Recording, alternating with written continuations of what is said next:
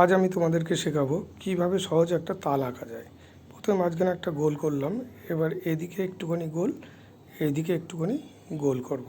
এবার বাঁ দিকের দাগটা সোজা নিচের দিকে বাঁ দিকে একটুখানি বেঁকিয়ে গোল করে মাঝখান পর্যন্ত আনবো।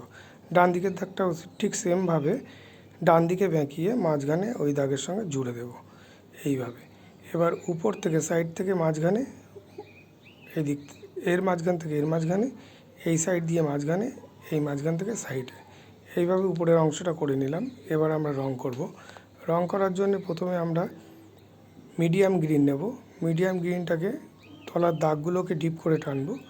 আস্তে আস্তে যত উপরে উঠবে তত আস্তে আস্তে হালকা করতে করতে মেশাতে থাকবো।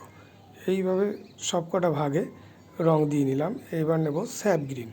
স্যাপ গ্রিনটাকে ডিপ গ্রিনের সঙ্গে পুরোপুরি মিশিয়ে দেব।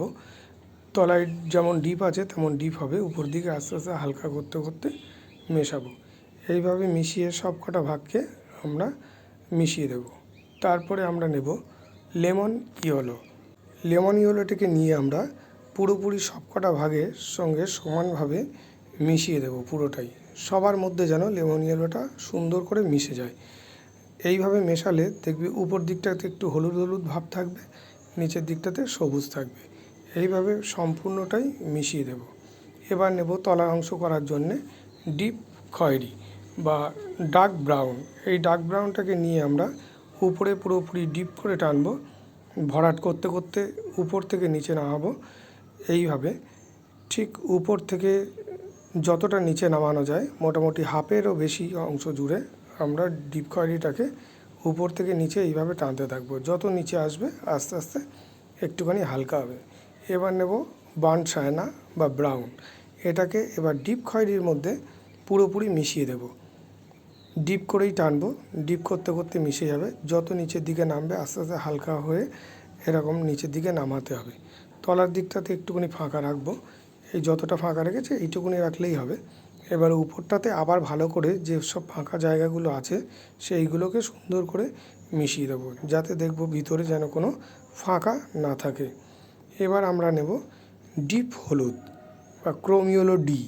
এই কালারটাকে নিয়ে এই কালারটা তলার যে সাদা অংশ ছিল সেই সাদা অংশটাকে পুরোপুরি মিশিয়ে দেব এবং মেশাতে মেশাতে এই কালারটাকে আস্তে আস্তে বার্ন সায়নার ভিতরে আস্তে আস্তে মিশিয়ে দেব। দিলে ভিতরে কোনো ফাঁকা থাকবে না, আস্তে আস্তে সবটাই পূরণ হয়ে যাবে। যেসব সাদা সাদাগুলো ছোট্ট ছোট্ট দেখা যাচ্ছে সেইগুলোকে আমাদের পূরণ করতে হবে। এইভাবে নিচের থেকে উপরে আস্তে আস্তে তুলতে তুলতে আমরা পুরোটাকেই মেশাতে থাকবো। এইভাবে মিশিয়ে মিশিয়ে এটাকে পুরো তলার দিকটাতে দেখা একটা হলুদ ভাব এসেছে। এইবার আমরা ব্ল্যাকটাকে ইউজ করব।